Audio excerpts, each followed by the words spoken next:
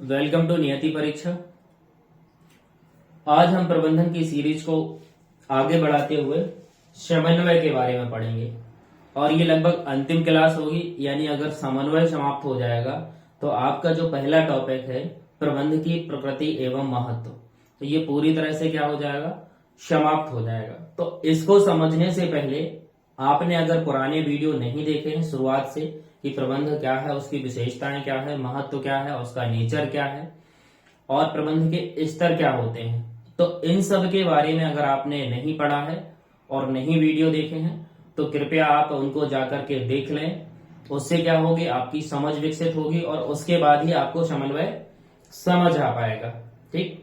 और अगर आप चैनल पर नए हैं तो चैनल को शेयर एंड सब्सक्राइब करें, जिससे ये जो आपका चैनल है वो जरूरतमंदों तक पहुंचेगा और उससे उनकी क्या होगी, उद्देश्य की पूर्ति होगी। यानी वो तैयारी अगर कर रहे हैं तो उनकी तैयारी में महत्वपूर्ण भूमिका है सामान्य प्रबंधन की। और सामान्य प्रबंधन में लगभग मध्य प्रदेश में सबको समस्याएं हो रही हैं। ठीक है, कहीं कंटेंट नहीं मिल पा रहा है और कंटेंट मिल रहा है तो समझ विकसित नहीं हो पा रही है। ठीक, अपने मन से समझने में क्या है, टाइम लगेगा, जो आपके पास अभी नहीं है। तो आपको सामान्य प्रबंधन में ज्यादा समय नहीं देना है, केवल आपको वीडियो देखने हैं। जब भी वीडियो आता है उसको देखना है और हम यहाँ प्रबंधन को पूरा कराने का प्रयास करेंगे, कोई भी टॉपिक नहीं छोड़ेंगे।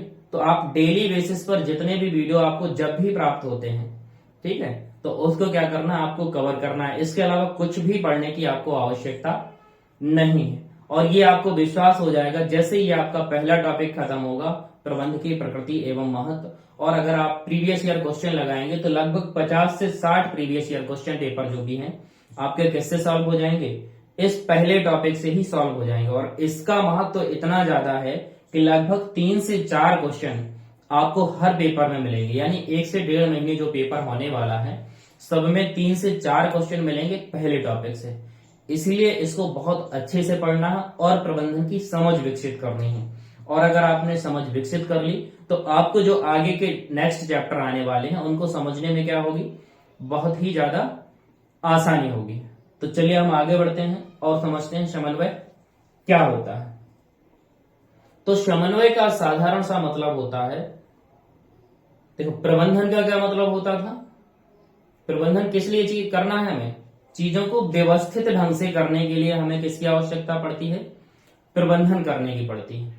अब चीजों को व्यवस्थित ढंग से तो करना है, लेकिन किसके साथ करना है, समन्वय के साथ करना है, मतलब तालमेल के साथ करना है। अगर एक कार्य दूसरे कार्य पर निर्भर है, जैसे मान लीजिए कोई चीज हमें अगर बनानी है अपने उद्योग में या फैक्ट्री में, तो उसके लिए हमें क्या खरीदना पड़ेगा, कच्चा माल। ठीक, तो कच्चा माल हमें खरीदना पड़ेगा। फिर इससे क्या होगा, वस्तु का क्या होगा, उत्पादन होगा। और जब उत्पादन होगा तभी क्या हो पाएगा, वस्तु की बिक्री हो पाएगी। तो सबसे पहले हमें क्या करना पड़ेगा, किसी वस्तु को बनाने के लिए कच्चा माल खरीदना पड़ेगा। उदाहरण के रूप में अगर हम लें कि आप क्या करते हैं, कपड़ा विक्रेता हैं, मतलब कपड़ा व्यापारी हैं, आपकी जो फैक्ट्री है वो क्या करती है, कपड़ा बनाती है। तो आपको क्या करना पड़ेगा, कच्चा माल जो होगा कपड़े का, यानी कपड़ा जो सादा रूप से होगा उसको क्या खरीदना पड़ेगा, आपको खरीदना पड़ेगा। तो सबसे पहले आप क्या करेंगे, कपड़ा खरीदेंगे, फिर उसकी क्या है, सिलाई करेंगे या उसको बनवाएंगे। तो जब आपका बन जाएगा तो उसे क्या बोलेंगे, उत्पाद बोलेंगे। ठीक है, यानी उस चीज का आप क्या करेंगे, उत्पादन करेंगे, बिक्री योग्य आपने क्या है, जैसे मान लीजिए जीन्स का पैंट है तो उसे क्या करना पड़ेगा, पहले आपको रॉ मटेरियल के रूप में कपड़े को खरीदना पड़ेगा, फिर आप जीन्स का पैंट बनाएंगे, उसके बाद ही क्या कर पाएंगे, उसकी बिक्री कर पाएंगे। लेकिन अगर आप यहां देखेंगे कि अगर हम समन्वय नहीं करते हैं या अच्छी गुणवत्ता का हम क्या है कपड़ा नहीं खरीदते हैं, तो जो आपका माल बना हुआ है बिक्री के लिए वो क्या हो जाएगा, खराब होगा। क्यों, क्योंकि आपने कपड़े की क्वालिटी क्या कर ली, खराब कर ली। तो शुरुआत में ही जब आपका कच्चा माल खराब क्वालिटी का है तो जो विक्रय योग्य माल होगा वो भी क्या होगा, खराब होगा। तो इससे क्या होगा, जब खराब हो गया तो इसका मतलब क्या है, आपकी बिक्री नहीं होगी। तो माल खराब होने से आपकी क्या होगी, बिक्री प्रभावित होगी। तो अब आप क्या करेंगे, पुनः माल खरीदेंगे। अब कैसा माल खरीदेंगे, अच्छी गुणवत्ता का माल खरीदेंगे। और अगर आप अच्छी गुणवत्ता का माल खरीदेंगे तो आपका उत्पादन भी क्या होगा, बेहतर होगा। यानी जो जीन्स की पैंट बनेगी वो बहुत अच्छी बनेगी। उसके बाद वो कहाँ आएगा, मार्केट में बिक्री के लिए आएगा। और मार्केट में बिक्री के लिए आएगी तो उसकी बिक्री क्या होगी, धड़ल्ले से होगी, यानी बहुत ज्यादा मात्रा में वो बिकेगा, यानी कोई प्रॉब्लम नहीं आई। तो यहां क्या हुआ, अगर आपने समन्वय नहीं किया, यानी जो खरीदने वाला था वो अच्छा नहीं था, उसको कपड़े की समझ नहीं थी, जो आपका कच्चा माल ला रहा था, तो उसने पूरी प्रक्रिया को क्या कर दिया है, अव्यवस्थित कर दिया है। ठीक। और आपको जो काम आप एक बार कर चुके हैं, आप कौन सा माल काम कर चुके हैं, कच्चा माल खरीदने का काम कर चुके हैं, मतलब क्रय करने का आप काम पूरा कर चुके हैं, तो उसको आपको दोबारा करना पड़ गया है। तो इसका मतलब क्या हो गई, पूरी की पूरी व्यवस्था क्या हो गई, डगमगा गई। आपकी जो व्यवस्था थी वो डगमगा गई है, मतलब क्या हो गई है, संगठन में अव्यवस्था फैल गई है। और कार्य की क्या हो गई है, पुनरावृत्ति। यानी एक छोटा सा काम जो आपको करना था, जो आपके संगठन का मूल आधार था, कच्चा माल, यानी कच्चे माल की अगर बेस्ट क्वालिटी नहीं है, जो आपका मूल आधार है, तो इसका मतलब पूरी की प्रक्रिया क्या हो गई, अव्यवस्थित हो गई। उस कार्य को हमसे फिर से करना पड़ा, इसका मतलब क्या हो गई, कार्य की पुनरावृत्ति हो गई और अव्यवस्था फैल गई। कहा, संगठन में। तो अगर हमें बार बार वही कार्य करना पड़ेगा तो लागत क्या आ जाएगी, ज्यादा आएगी। और अव्यवस्था फैल जाएगी तब भी क्या है, लागत ज्यादा आएगी, समय ज्यादा आएगा, और हमारा जो संगठन का मूल उद्देश्य होता है लाभ कमाना, वो हमें प्राप्त नहीं हो पाएगा। तो यहाँ एक छोटे से उदाहरण के माध्यम से हमने समझा कि समन्वय का क्या महत्व है।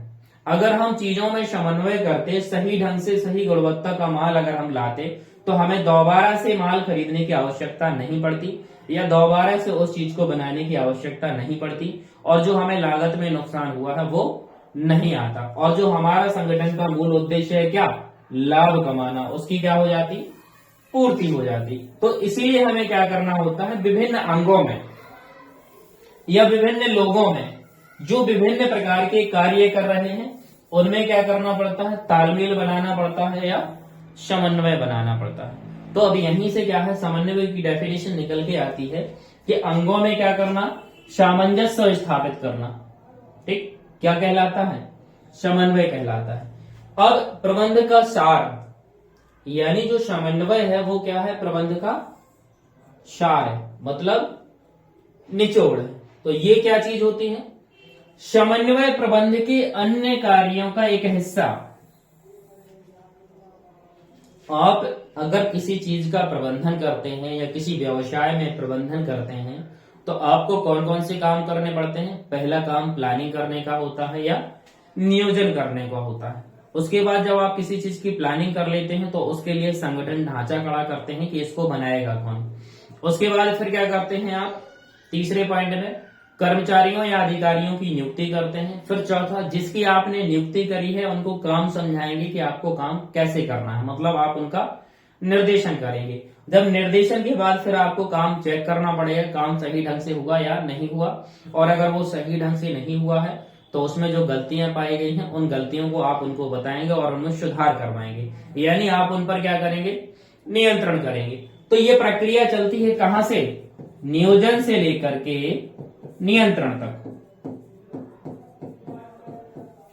प्लानिंग से लेकर के नियंत्रण तक ये प्रक्रिया चलती है।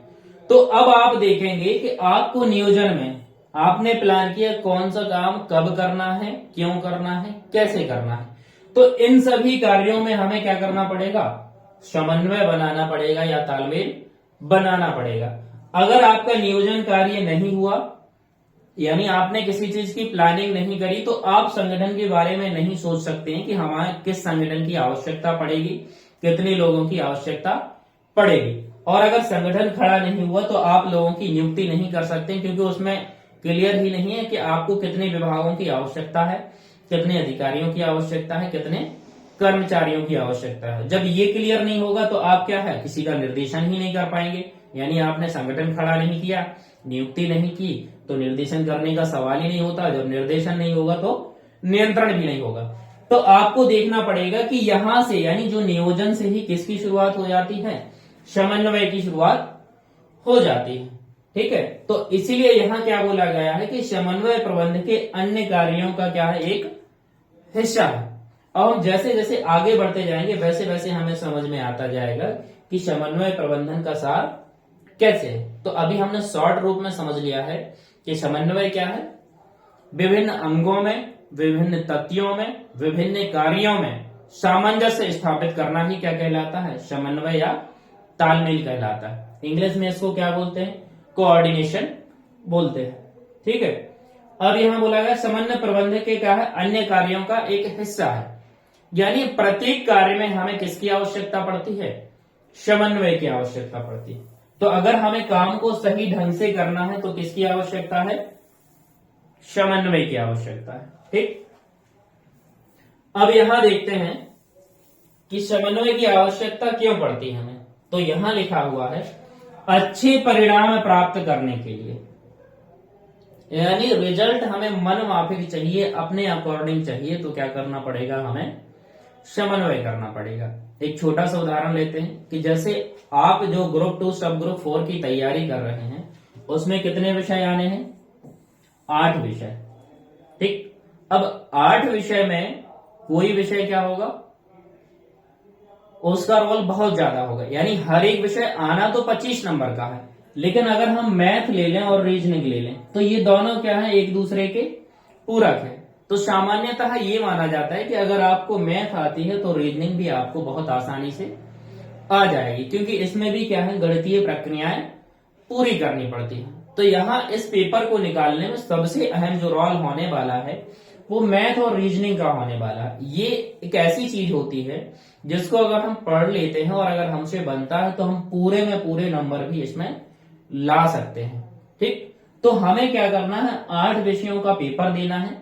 अब 8 विषयों के पेपर में कौन कौन से विषय आने हैं, math, reasoning, Hindi, English, computer science, GK और मैनेजमेंट।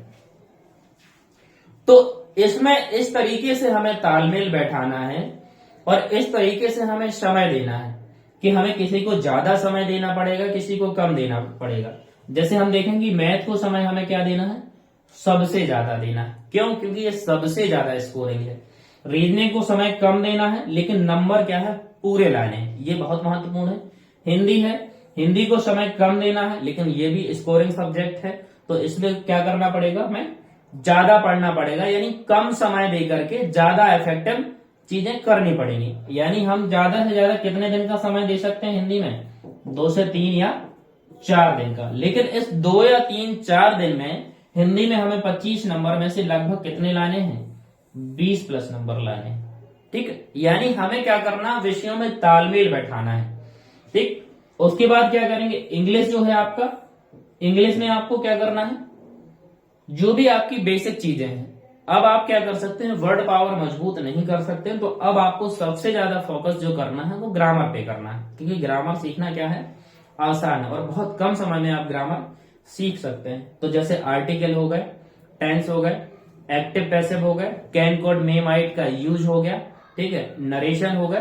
तो ये भी जो भी सिंपल सिंपल चीजें हैं उनको आपको क्या कर लेना है, पूरा कर लेना है। और आपको मैक्सिमम कितने नंबर की आवश्यकता है, 15 के आसपास इसमें नंबर लाना है। ज्यादा नंबर के फेर में नहीं जाना है, अन्यथा ज्यादा नंबर आपके नहीं आ पाएंगे। लेकिन हाँ, अगर आपको इंग्लिश आती है तब आप अच्छा खासा स्कोर कर सकते हैं। कंप्यूटर भी अगर आप बेहतर पढ़ेंगे, ठीक है, तो उससे क्या होगा, आप अच्छा स्कोर कर सकते हैं, क्योंकि कंप्यूटर में जनरली सामान्य चीजें ही आती हैं। जो कुछ क्वेश्चन आते हैं जो थोड़ी हाई लेवल के आते हैं, ज्यादा प्रैक्टिकल वे के आते हैं, वो आपसे नहीं बनेंगे। अन्यथा कंप्यूटर भी स्कोरिंग सब्जेक्ट है। साइंस में क्या करना है, इसमें भी आपको एवरेज नंबर लाने हैं, यानी जो बेसिक चीजें हैं उसको कवर कर लेना है। फिजिक्स, केमिस्ट्री, बायो की जो भी बेसिक चीजें हैं, और फिजिक्स में आपके क्या है, फॉर्मूला बेस्ड क्वेश्चन आएंगे, तो उनको भी आपको देख लेना है। एनसीईआरटी के माध्यम से 1 या 2 क्वेश्चन 100% आएंगे।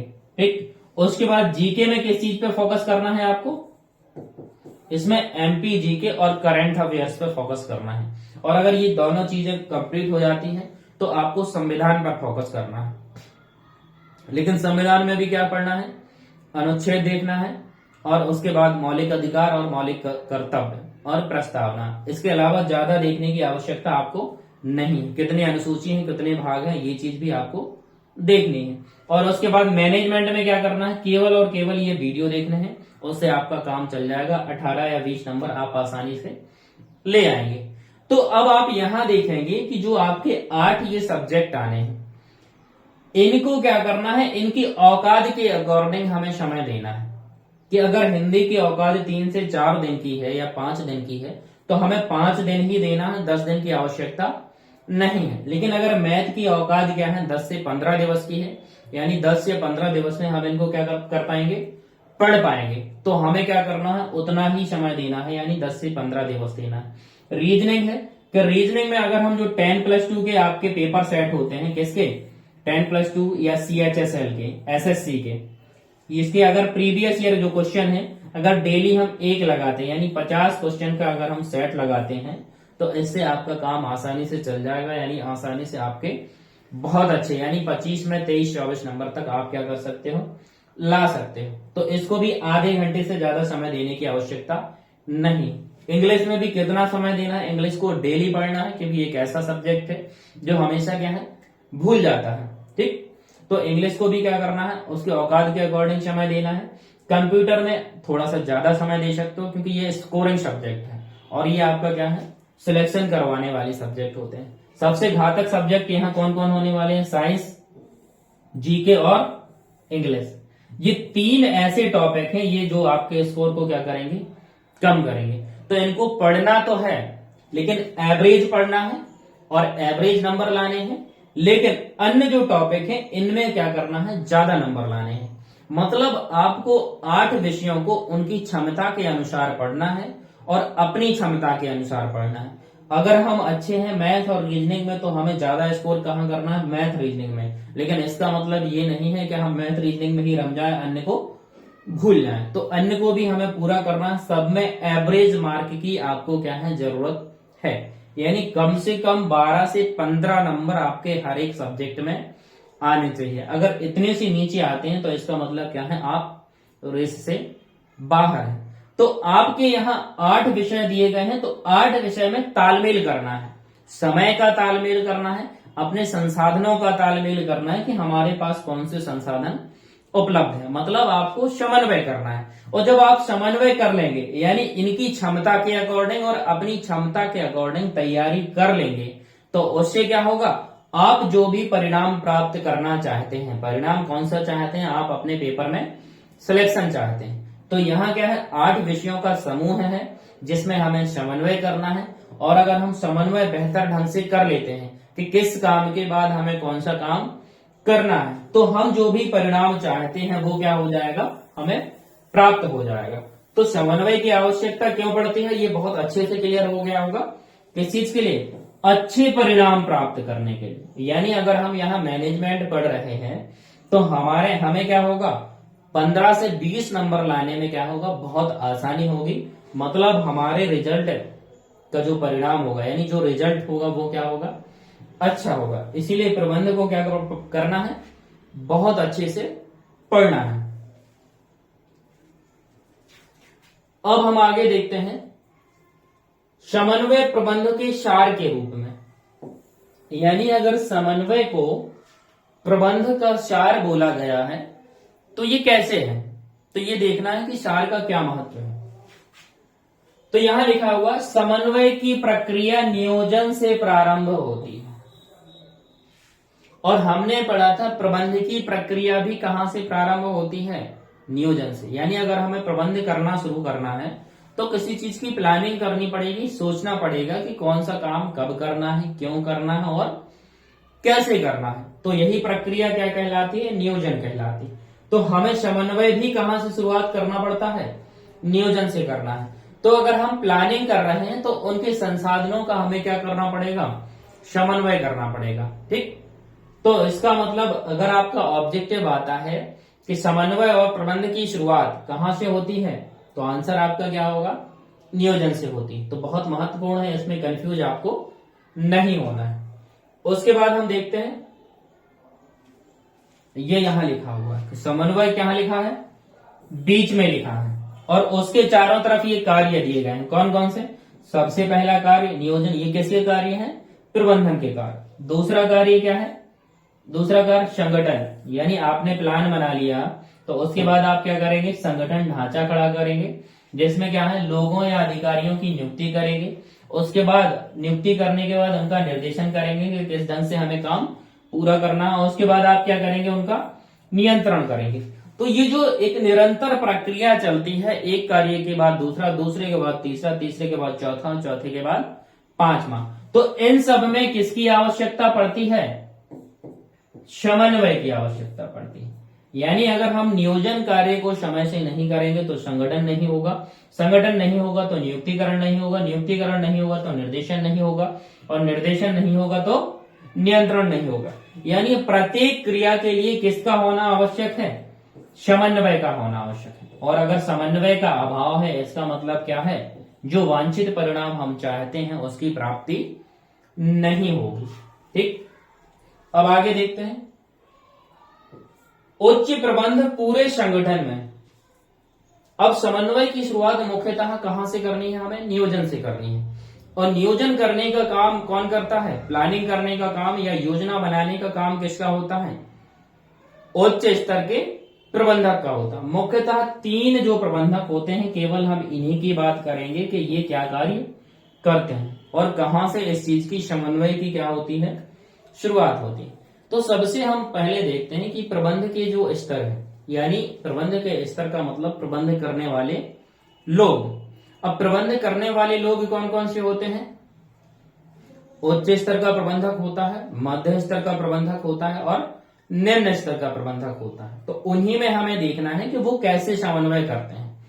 तो यहां हम देखते हैं कि उच्च स्तर का जो प्रबंध है वो पूरे संगठन में क्या क्या करता है। ठीक, ये क्या करेगा? योजनाएं बनाता है। उच्च स्तर का प्रबंधक क्या करता है? योजनाएं बनाता है। जब योजना बन जाएगी तो वही प्रक्रिया है कि वो क्या करेगा? संगठन ढांचा विकसित करेगा कि किस तरह के हमें सिस्टम या ढांचे की आवश्यकता पड़ेगी। उसके बाद क्या होगा? कर्मचारियों की नियुक्ति होगी, यानी कितने लोगों की हमें आवश्यकता पड़ेगी। उसके बाद क्या होगा? कर्मचारियों का निर्देशन करना पड़ेगा कि काम को किस ढंग से करना है। ठीक, उसके बाद क्या होगा? नियंत्रण करना होगा। और नियंत्रण में हम क्या करते हैं कि देखते हैं कि कार्य सही ढंग से हो रहा है या नहीं हो रहा है। तो उसकी जो गलतियां होती हैं उसमें सुधार के उपाय बताते हैं, और सुधार के उपाय बताने के बाद क्या है? वांछित परिणाम को प्राप्त करते हैं, जो भी हम रिजल्ट चाहते हैं। तो उच्च प्रबंधक क्या करता है? योजना बनाने से लेकर के नियंत्रण तक के कार्य एक दूसरे को सौंपते हैं।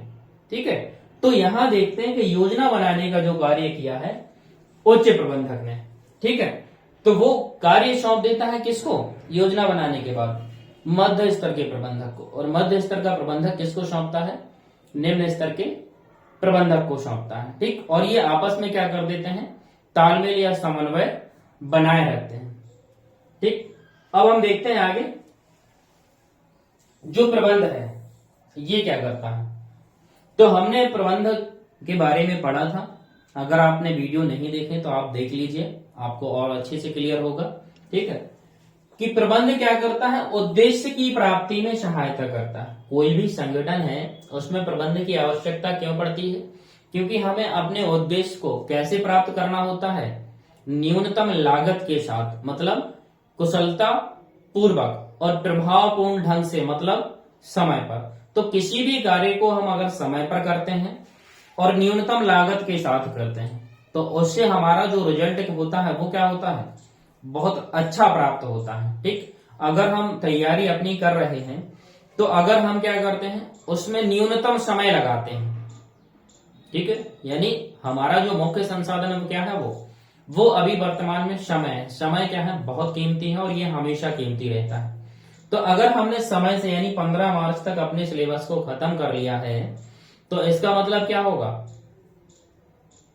जो हम परिणाम चाहते हैं, यानी हम अपना पेपर में सिलेक्शन चाहते हैं, तो वो हो जाएगा। लेकिन अगर सिलेबस ही कंप्लीट नहीं होगा 8 विषयों का तो सिलेक्शन नहीं होगा। तो वही चीज है, तो उसके लिए हमें क्या करना पड़ेगा? 8 विषयों का प्रबंधन करना पड़ेगा। तो प्रबंधन क्या करना पड़ेगा, 8 विषयों का प्रबंधन करना है।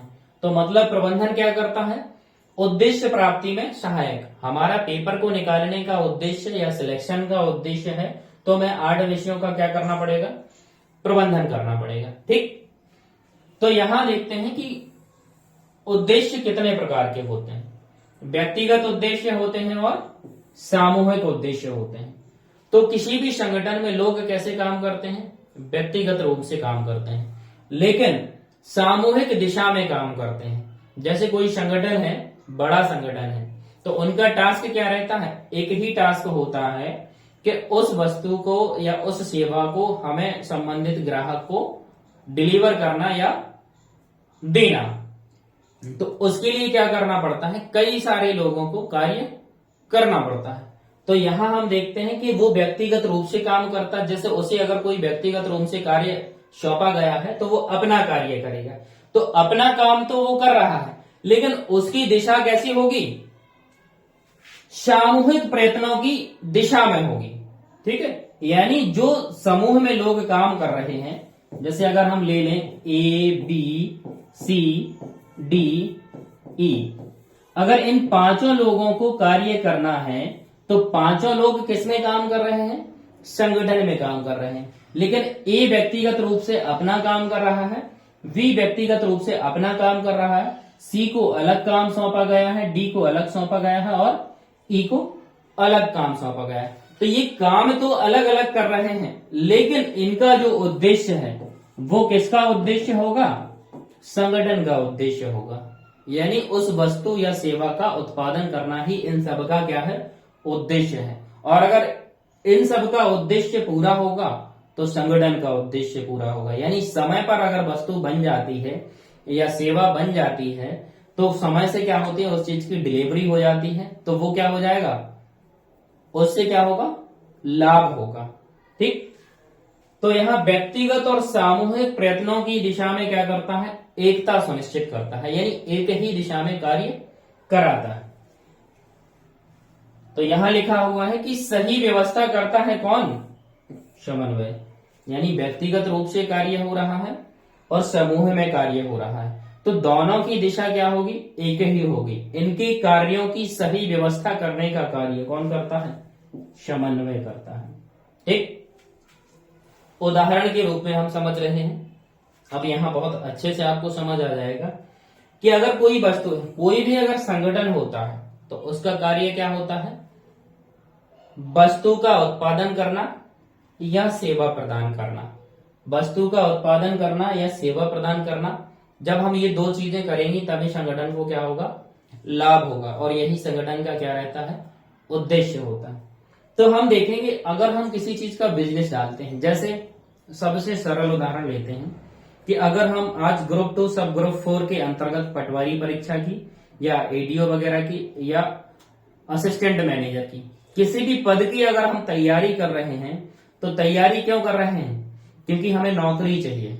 ठीक है, नौकरी चाहिए किस चीज के लिए, ताकि हमें वेतन की प्राप्ति हो। वेतन की प्राप्ति होगी तो इसका मतलब हमारा जीवन स्तर क्या होगा, अच्छा होगा। यानी ज्यादा से ज्यादा चीजों का हम क्या कर पाएंगे, उपभोग कर पाएंगे। तो हमें डिमांड है किस चीज की, नौकरी की। तो हमें क्या है, नौकरी की डिमांड है और सरकार ने क्या है, नौकरी निकाली हुई है। ठीक है, यानी ग्रुप 2 सब ग्रुप की 4 की क्या है, भर्ती निकाली है।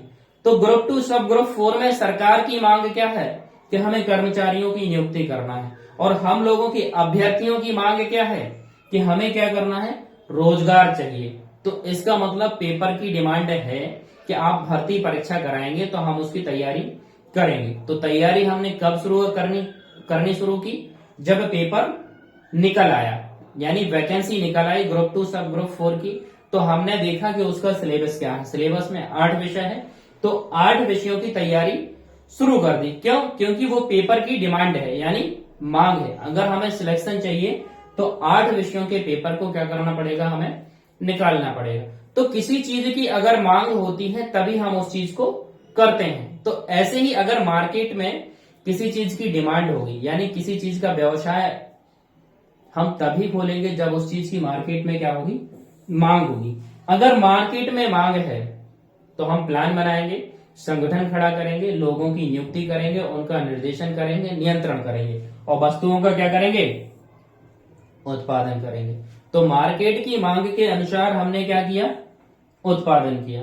उत्पादन हो गया तो उसका क्या करेंगे, हम विक्रय कर देंगे या उसको बेच देंगे, और बेचेंगे तो उससे क्या है, हमें लाभ की प्राप्ति होगी।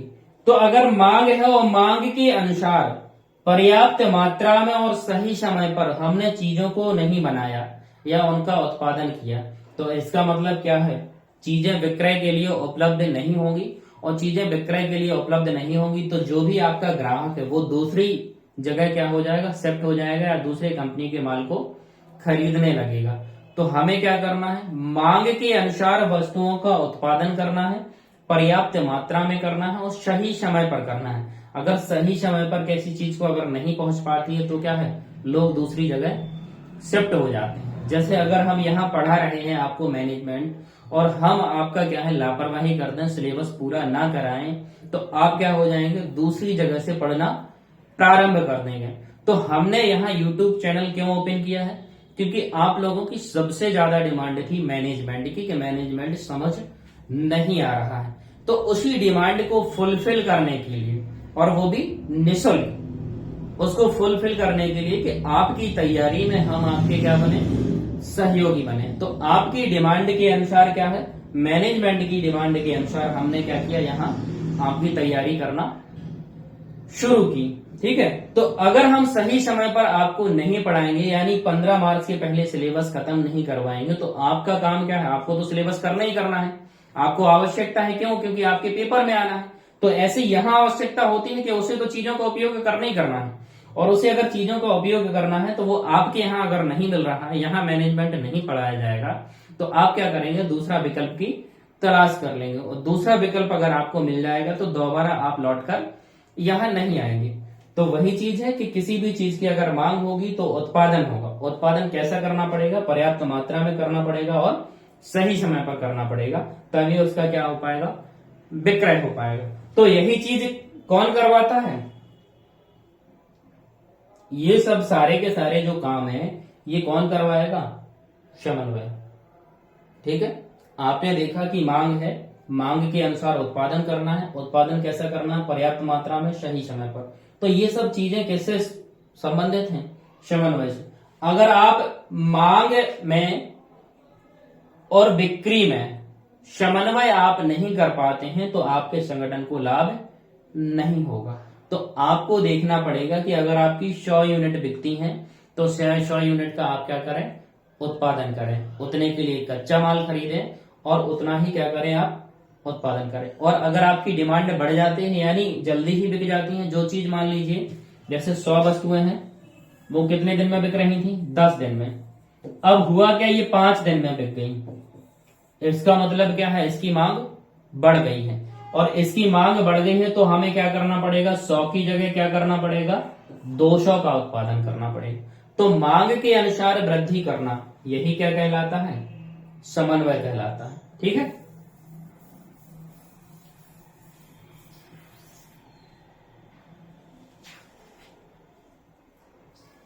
अब देखते हैं समन्वय के तत्व कौन कौन से हैं।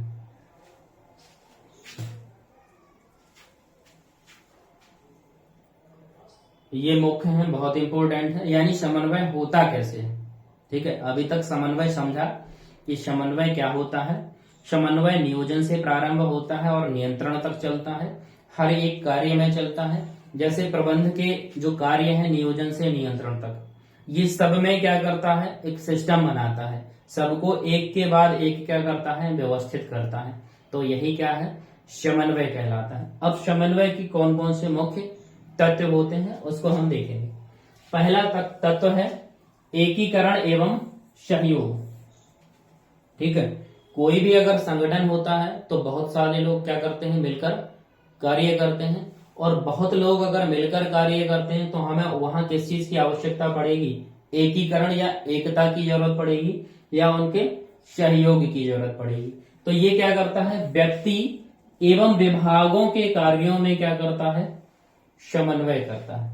समन्वय के तत्व में पहला तत्व कौन सा है, एकीकरण एवं सहयोग। यहाँ क्या है, विभागों में कौन कार्य कर रहे हैं, व्यक्ति कार्य कर रहे हैं, तो इनके कार्यों में क्या करना पड़ेगा, हमें एकीकरण या एकता स्थापित करनी पड़ेगी। एक ही दिशा में इन सभी को क्या करना पड़ेगा, कार्य करना पड़ेगा। इनको कार्य तो अलग अलग प्रकार के संपादित करने हैं, लेकिन इनका लक्ष्य या उद्देश्य क्या रहता है, एक ही होता है, जो संगठन का उद्देश्य होता है। ठीक। दूसरा कार्य क्या रहता है, संतुलन, यानी जो इसका दूसरा तत्व है वो क्या है, संतुलन। कर्मचारियों एवं विभागों के लक्ष्य निर्धारण में संतुलन, यानी जो विभागों ने लक्ष्य निर्धारित किया है तो उसमें क्या करना पड़ेगा, लक्ष्य में और कर्मचारियों में क्या करना पड़ेगा, संतुलन स्थापित करना पड़ेगा। ऐसा नहीं है कि आपको काम बहुत ज्यादा करना है और कर्मचारी क्या हो, बहुत कम हो। तो अगर काम ज्यादा तय करना है यानी ज्यादा करना है तो आपको क्या करना पड़ेगा, उसी मात्रा में कर्मचारियों की नियुक्ति करनी पड़ेगी। ठीक है। आप अगर 8 विषयों की तैयारी कर रहे हैं तो आपको जो टाइम का मैनेजमेंट करना है वो 15 मार्च तक ही करना है। ठीक है। तो वही चीज है, जितना ज्यादा काम होगा उतने ज्यादा किसकी आवश्यकता पड़ेगी, कर्मचारियों की आवश्यकता पड़ेगी। और अगर आप इसमें संतुलन नहीं बनाते हैं तो आपका क्या हो जाएगा, सिस्टम फेल हो जाएगा। तो लक्ष्य उतना ही निर्धारित करना है जितने अपने पास क्या है, कर्मचारी है। ठीक है। कार्यों को एक सूत्र में बांधना। ठीक है। जो भी कार्य हो रहे हैं उनको एक ही दिशा में क्या कराना है, पूरा कराना है। अगला है समन्वय के तत्व में अनुसूचियन, क्रियाओं का क्रम एवं समय निर्धारित करना, यानी कार्यों का क्रम निर्धारित करना और समय निर्धारित करना, वो क्या कहलाता है, अनुसूचियन कहलाता है। यानी पहला काम क्या होगा, नियोजन होगा, यानी अगर आप प्लानिंग करते हैं उसी के बाद क्या है, उसी के अकॉर्डिंग संगठन खड़ा हो पाएगा। तो इसका क्या है, क्रम निर्धारित है कि कौन से कार्य के बाद कौन सा कार्य होगा। फिर जब एक बार संगठन खड़ा हो जाता है तो उसके बाद कोई भी कार्य पहले हो सकता है या अकस्मात किसी भी कार्य की आवश्यकता पड़ सकती है। ठीक है। तो क्या करना है, कार्यों का क्रम निर्धारित करना और समय निर्धारण करना क्या कहलाता है, अनुसूचियां।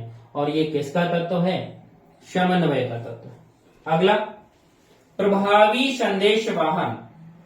अब हम अगर देखते हैं कि प्रबंध के मुख्यतः कितने स्तर थे, 3 स्तर थे, उच्च स्तर, मध्य स्तर और निम्न स्तर। तो उच्च वाला काम सौंपता है बीच वाले को यानी मध्य स्तर वाले को, मध्य वाला काम सौंपता है निम्न वाले को, और निम्न वाला किसको काम सौंपता है या कराता है, श्रमिक से काम कराता है।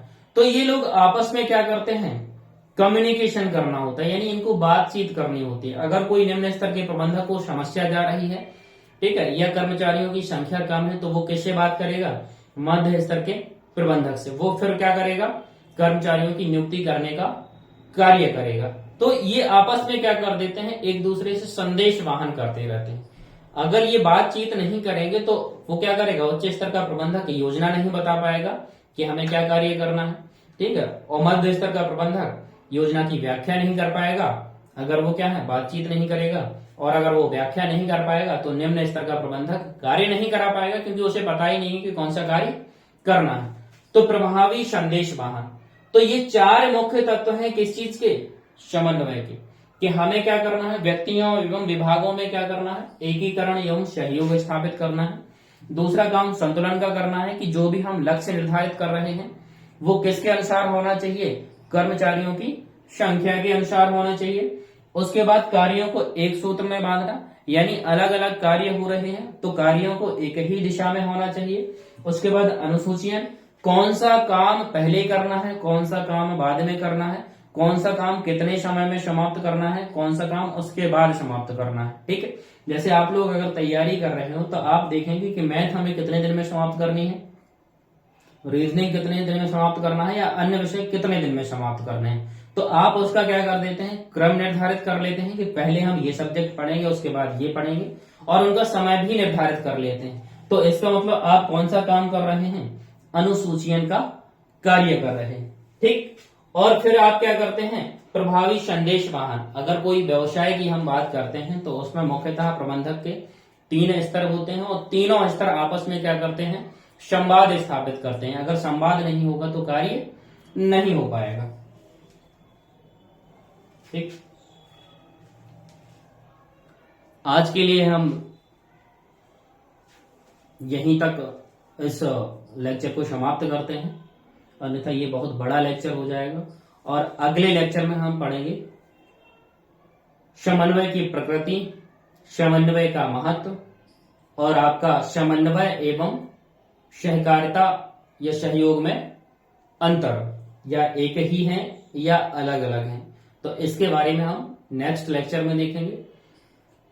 तो ये जो प्रबंध का जो टॉपिक चल रहा है बहुत महत्वपूर्ण है, इसको आप लोग ध्यान रखें और बहुत ही सिस्टमैटिक वे में इसको पढ़ें, और हम भी बहुत सिस्टमैटिक वे में इसको पढ़ाने का प्रयास कर रहे हैं और बेस्ट से बेस्ट चीज आपको देने की कोशिश कर रहे हैं। तो आप भी मेहनत करें, लगे रहें और ज्यादा टाइम वेस्ट आप प्रबंधन में ना करें, केवल वीडियो देखें।